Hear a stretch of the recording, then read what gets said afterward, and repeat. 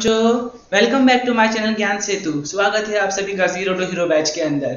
Zero to hero batch के अंदर 9th class mathematics का थर्ड चैप्टर स्टार्ट कर दिया था। कोऑर्डिनेट ज्योमेट्री के कुछ इंपॉर्टेंट और मेन कॉन्सेप्ट्स हमने पिछले लेक्चर में कवर कर लिए थे। ठीक है, जिन्होंने अभी तक उनको कवर नहीं किया, डिस्क्रिप्शन बॉक्स में प्लेलिस्ट की लिंक डाली हुई है, आप जाके वहां पर चेक कर सकते हैं। आज हम स्टार्ट करते हैं एक्सरसाइज 3.1। हमारे पास पहला क्वेश्चन है। अगर हमने पुराने कॉन्सेप्ट्स अच्छे से कवर किए हैं, अच्छे से समझे हैं, तो हमें पता होगा कि कोऑर्डिनेट ज्योमेट्री क्या है, क्या यूज है, क्या एप्लीकेशन है और उसके अंदर कौन से टर्म्स आती है। ठीक है, सो स्टार्ट करते हैं exercise 3.1। How will you describe the position of a table lamp on your study table to another person.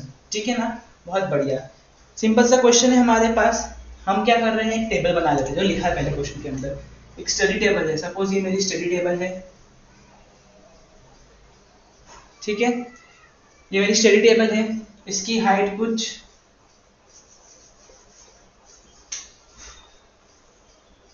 6, 8 ये मान लेता हूं मैं। ठीक है, इस टेबल के ये टेबल 8 फीट चौड़ी एंड 6 फीट लंबी है। ठीक है, मैं यहाँ पे बैठा हूँ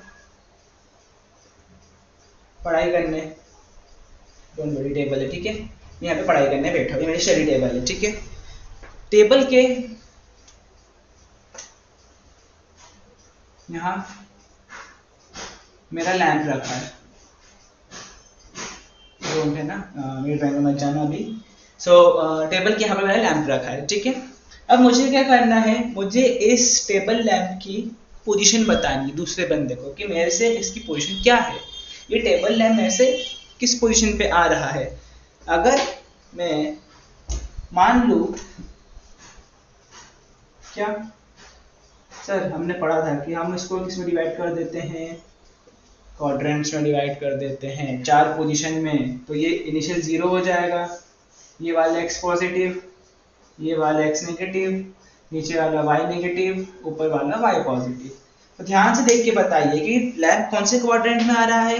सर लैंप आता है, ये फर्स्ट क्वाड्रेंट है, ये सेकंड क्वाड्रेंट है, ये थर्ड क्वाड्रेंट है, ये फोर्थ क्वाड्रेंट है। सर लैंप आ रहा है हमारे सेकंड क्वाड्रेंट में। ठीक है, तो पहला ऑब्जर्वेशन क्या हुआ इससे, इसका आंसर क्या होगा। Sir lamp is present in the second quadrant of table. Lamp किस क्वाड्रेंट में प्रेजेंट है, सर लैंप सेकंड क्वाड्रेंट में प्रेजेंट है। अगर मैं यहाँ पे बैठे बैठे पढ़ रहा हूँ इस टेबल के ऊपर, तो मेरा लैंप सेकंड क्वाड्रेंट में प्रेजेंट है। इसका मतलब मुझे कितना जाना पड़ेगा, सपोज मेरे माइलेज 0 है, तो यहाँ पे कुछ 1, 2 और यहाँ पे कुछ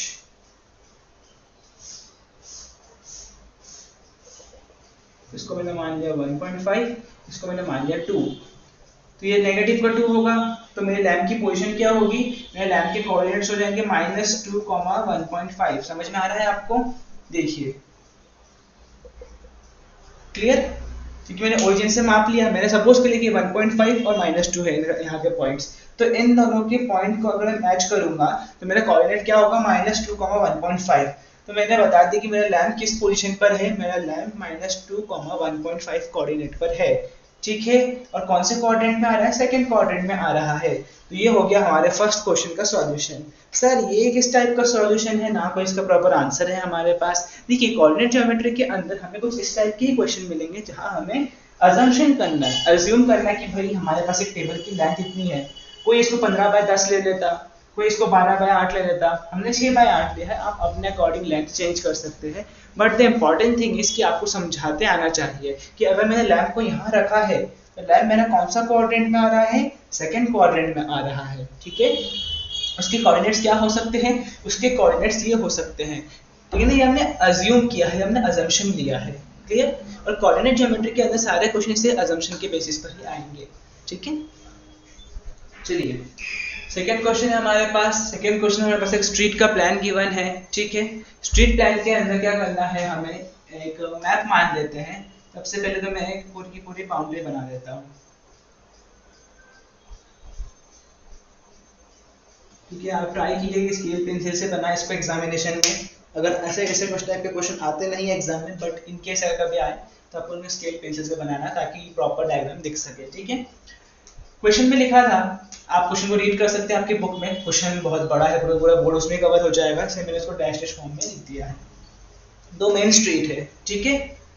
क्वेश्चन में गिवन है कि हमारे पास दो मेन स्ट्रीट है, ये और ये, जो किस पॉइंट से क्रॉस कर रही है, जो ओरिजिन से क्रॉस कर रही है, ठीक है। ये दो मेन स्ट्रीट मैंने ब्लू लाइन से बना दिया ताकि आपको समझने में इजी रहे, क्लियर। और एक यूनिट की वैल्यू 200 मीटर के बराबर है, ठीक है। एक यूनिट की वैल्यू किसके बराबर है हमारी, एक यूनिट की वैल्यू हमारी 200 मीटर के बराबर है। हमसे कहा गया है कि हर मेन स्ट्रीट के पैरेलल में 5-5 स्ट्रीट और जा रही है, छोटी छोटी। ये मेन स्ट्रीट है जिसको मैंने ब्लू से बनाया है, ठीक है। ये मेन स्ट्रीट के पैरेलली 5 स्ट्रीट चल रही है, ये तो 0,0 हो गया, और हमारे पास एक यूनिट का मतलब 200 मीटर, तो हम एक एक यूनिट के डिस्टेंस पे एक और स्ट्रीट बनाते हैं। तो ये बनाई मैंने एक और स्ट्रीट, ये बनाई मैंने दूसरी स्ट्रीट। ये छोटी छोटी स्ट्रीट से, मेन स्ट्रीट से ब्लू कलर से बनी है, बाकी दूसरी स्ट्रीट में रेड कलर से बना रहा हूं, ठीक है।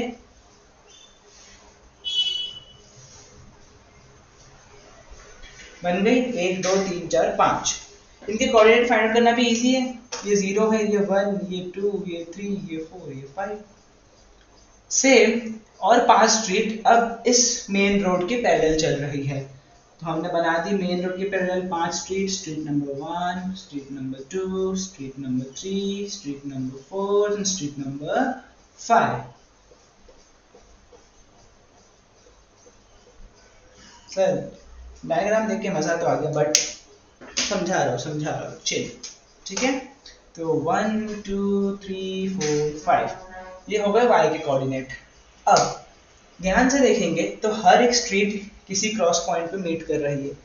कौन से क्रॉस पॉइंट पे मीट कर रही है, ये 1,1, ये 2,2, ये 1,2, ठीक है। तो ऐसे हर स्ट्रीट किसी न किसी क्रॉस पॉइंट पे मीट कर रही है। ये दो मेन स्ट्रीट हो गई हमारी, और ये साइड स्ट्रीट जो पैरेलल चल रही है दोनों मेन स्ट्रीट्स की, ठीक है। हमसे क्वेश्चन में क्या पूछा है, how many cross streets can be referred as 4,3, कितनी क्रॉस स्ट्रीट को हम 4,3 के फॉर्म में बता सकते हैं।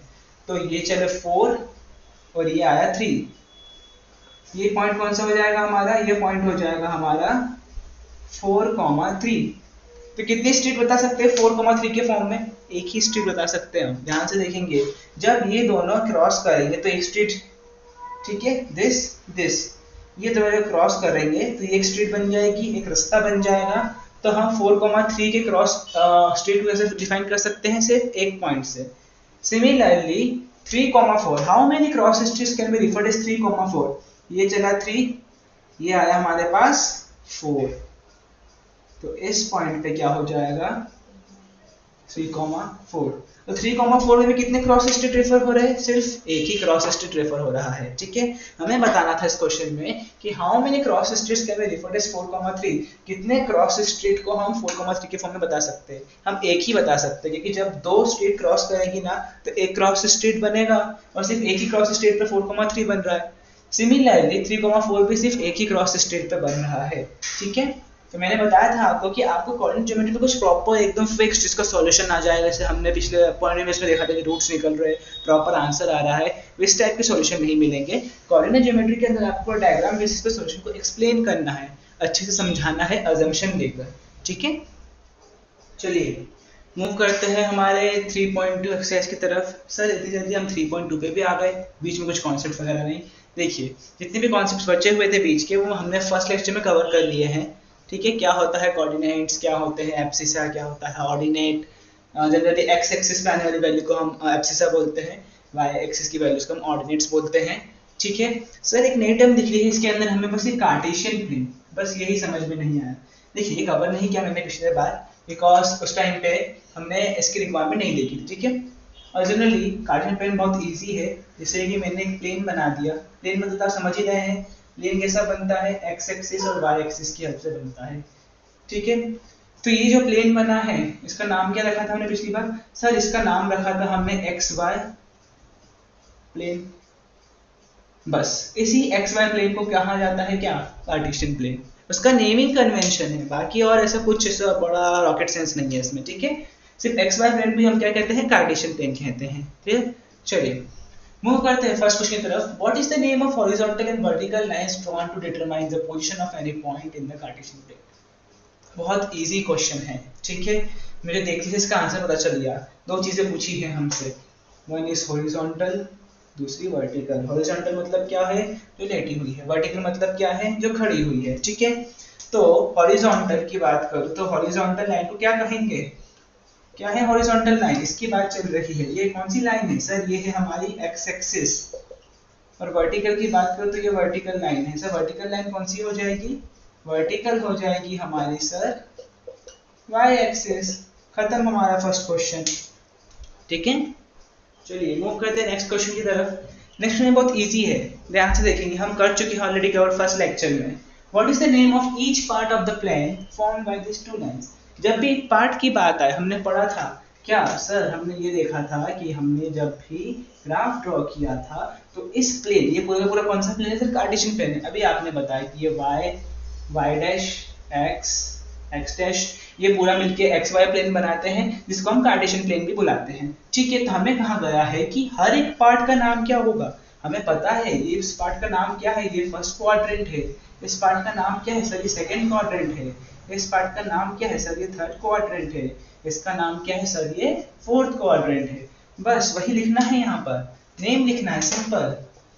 पहला का क्या हो जाएगा sir, first quadrant, then second quadrant, then third quadrant, then fourth quadrant, then हमारा क्वेश्चन सॉल्व, ठीक है। इसके कुछ बेसिक टाइप के सॉल्यूशंस आएंगे यहाँ पर, क्लियर। मैं आपको इसके नोट्स भी शेयर कर दूंगा, प्रॉपर इस सॉल्यूशन के नोट्स बना के प्रॉपर शेयर कर दूंगा, ताकि आपको थ्योरी लिखने में इजी पड़े, ठीक है। Now next is write the name of points where two lines intersect. पूरे के पूरे ग्राफ में हमें दो लाइंस कहाँ इंटरसेक्ट करती हुई दिखती है। हमने जितने भी ग्राफ बनाए अभी तक, उसमें से दो लाइंस कहाँ इंटरसेक्ट कर रही है सर, एक ही मात्र पॉइंट है। कौन सा सर, 0,0, जिसका नाम है हमारा ओरिजिन। इस ओरिजिन पर ही हमारी एक्स एक्सिस और वाई एक्सिस, ग्राफ के अंदर दो ही लाइन होती है, एक पूरी एक्स एक्सिस की, एक पूरी वाई एक्सिस की। और ये दोनों लाइन कहाँ इंटरसेक्ट करती है सर, ये दोनों लाइन सिर्फ एक ही पॉइंट पे इंटरसेक्ट करती है, जिसका नाम क्या है, बस ओरिजिन। खत्म, दिस इज हमारा आंसर, ठीक है। मूव करते हैं सेकंड क्वेश्चन की तरफ। चलिए मूव करते हैं सेकंड क्वेश्चन की तरफ। सेकंड क्वेश्चन में हमारे पास एक फिगर गिवन है, ध्यान से देखिए, बहुत अच्छा, बहुत बढ़िया, बहुत तगड़ा फिगर है, ठीक है। तो सबसे पहले क्या करते हैं, जब भी हमारे पास इस टाइप का फिगर दिया हो, हमें क्वेश्चन नहीं पढ़ना है। क्वेश्चन पढ़ने से पहले हम क्या करेंगे, इसके कोऑर्डिनेट्स पहले ही फाइंड आउट कर लेंगे, ठीक है। कि जब भी हमने क्वेश्चन के पढ़ने से पहले कोऑर्डिनेट्स फाइंड आउट कर लिए ना, उसके बाद हम क्वेश्चन रीड करेंगे तो हमें हमारा आंसर क्विकली मिल जाएगा। वरना क्या होगा, हम एक क्वेश्चन पढ़ेंगे, फिर इसमें जाएंगे, उसके कोऑर्डिनेट ढूंढेंगे, फिर वापस दूसरा पढ़ेंगे, फिर से कोऑर्डिनेट ढूंढेंगे। इससे बेटर पहले के पहले पूरे डायग्राम में जितने भी पॉइंट दिख रहे हैं उनके कोऑर्डिनेट्स लिख दीजिए आप। शुरुआत करते हैं ऊपर से। इसका कोऑर्डिनेट क्या होगा सर, ये तो यहाँ पे x पे कट कर ही नहीं रहा है, x एक्सिस तो 0 है यहाँ पर, तो 0,5, ठीक है। ये y एक्सिस पर है। अब समझ में आया, जब भी हमारा पॉइंट x एक्सिस के किसी भी पार्ट से नहीं गुजर रहा है, इट मींस वो y एक्सिस पर है। लेफ्ट राइट, राइट से स्टार्ट करते। d पॉइंट का कोऑर्डिनेट क्या होगा, x एक्सिस को देखेंगे पहले 6, 2, तो d पॉइंट के कोऑर्डिनेट होगा 6,2। सीधे चलते हैं c पे, c के क्या होंगे 5, -5, तो c का कोऑर्डिनेट हो जाएगा 5, -5। मूव करते नेक्स्ट g हो जाएगा 2, -4, ये 2, ये -4। इधर आ जाते हैं e का क्या होगा, पहले x एक्सिस -3, -5, -3, -5, h -5, -3, बहुत बढ़िया। ऊपर चढ़े m देखिए m x एक्सिस पर है, m ने y पॉइंट का कोई लेना देना नहीं है, m पॉइंट पर y की कोई वैल्यू ही नहीं है, इसका मतलब y क्या हो जाएगा 0, और x क्या है, ये पॉइंट है, तो -3,0। b 2 आएगा पहले कि -5 आएगा, ऑब्वियसली -5 है क्योंकि हम x एक्सिस का देखेंगे, तो -5,2, ठीक है। हमने सारे के सारे पॉइंट के कोऑर्डिनेट्स फाइंड कर लिए हैं। अब मूव करते हैं हमारे क्वेश्चन की तरफ। Coordinates of b sir just अभी निकाला, क्या था, -5,2। डन, खत्म question. Next coordinates of c, sir C के कोऑर्डिनेट्स कहाँ दिख रहे हैं? बी एल डी सी, ये था सी कोऑर्डिनेट। सी कोऑर्डिनेट्स क्या है? 5, -5। खत्म question. The point identified by -3, -5, -3, -5 कौन आइडेंटिफाई कर रहा था? पॉइंट ई। खत्म क्वेश्चन, ठीक है। चलिए मूव करते हैं बाकी के बचे हुए क्वेश्चन की तरफ। The point identified by coordinate 2, -4 ढूंढ लेंगे। कोऑर्डिनेट 2, -4 ये रहा, मिल गया मुझे। कौन सा पॉइंट आइडेंटिफाई कर रहा है? जी। तो जी हो गया हमारा इसका answer. Abscissa of D. Sir abscissa कुछ याद नहीं आ रहा। अगर आपको याद नहीं आ रहा है तो मैं अभी बता देता हूँ, बट ये हमने फर्स्ट लेक्चर में डिस्कस किया था कि एब्सिसा क्या होता है, ऑर्डिनेट्स क्या होते हैं, ठीक है। मैं लिखता हूँ यहाँ पर, एब्सिसा की बात करूंगा तो एब्सिसा किसी भी पॉइंट के एक्स कोऑर्डिनेट को बताता है और ऑर्डिनेट किसी भी पॉइंट के वाई कोऑर्डिनेट को बताता है, ठीक है। सपोज मेरे पास ये b को मैंने मान लिया, b के हम बात करेंगे, कोऑर्डिनेट्स क्या है? -5, 2। x की वैल्यू -5 है तो x वाली वैल्यू क्या हो गई? एब्सिसा। y की वैल्यू 2 है तो y की वैल्यू क्या बोलेंगे? ऑर्डिनेट। तो 2 हो गया ऑर्डिनेट, -5 हो गया एब्सिसा, ठीक है। चलते हैं, हमें किस पॉइंट का आंसर निकालना है? हमें आंसर निकालना है एब्सिसा ऑफ d। d मतलब x कोऑर्डिनेट, d का x कोऑर्डिनेट क्या है? 6। तो हमारा आंसर होगा 6। Next ordinate of h, h ये है, h का ऑर्डिनेट मतलब y की वैल्यू क्या है? -3। तो हमारा आंसर होगा -3, ठीक है। चलिए मूव ऑन करते हैं। Finally the last 2 question of this exercise, not only this exercise, the last 2 question of the chapter, ठीक है। इन दोनों क्वेश्चन को करने के साथ ही हमारा चैप्टर फिनिश हो जाएगा। वाओ सर इतना जल्दी फिनिश हो गया चैप्टर, बिकॉज कोऑर्डिनेट ज्योमेट्री का कॉन्सेप्ट समझना इंपॉर्टेंट था। बाकी क्वेश्चंस तो बहुत इजी बेसिस पे चलते रहते हैं इसके, ठीक है। Coordinate of L, L point कहाँ है? सर ये रहा एल पॉइंट। कोऑर्डिनेट क्या है? 0, 5। Coordinate of M, sir M point ये रहा, कोऑर्डिनेट क्या है? -3, 0। तो देखा आपने, जब भी इस टाइप के क्वेश्चन आए, अगर हमने सबसे पहले ही कोऑर्डिनेट सिस्टम के अंदर सारे के सारे पॉइंट के कोऑर्डिनेट्स फाइंड आउट कर लिए तो हमारा सॉल्यूशन कितना इजी हो गया। हमें बार बार एक एक क्वेश्चन के लिए हर एक पॉइंट को आइडेंटिफाई नहीं करना पड़ रहा। हमने कोऑर्डिनेट्स पहले ही डिफाइन कर दिए, जिससे क्या हुआ, हमारा क्वेश्चन बहुत इजीली सॉल्व हो गया, बहुत जल्दी सॉल्व हो गया। बिकॉज डायग्राम था, पॉइंट्स थे, कोऑर्डिनेट लिखे हुए हैं, क्वेश्चन पढ़ा, आंसर देखा, डन, ठीक है। तो इस टाइप के कुछ बेसिक क्वेश्चन ही आएंगे हमारे पास कोऑर्डिनेट ज्योमेट्री के अंदर। फाइनली हमारा चैप्टर कंप्लीट हो चुका है, एक छोटा सा बेसिक सा इजी चैप्टर, बट हाँ इसकी इंपॉर्टेंस बहुत ज़्यादा है।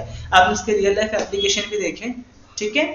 सो गुड बाय, मिलते हैं अगली क्लास में नए लेक्चर के साथ, नए टॉपिक्स पे डिस्कशन करेंगे। जय हिंद, जय Bharat. Don't forget to like and subscribe my channel Gyan Setu.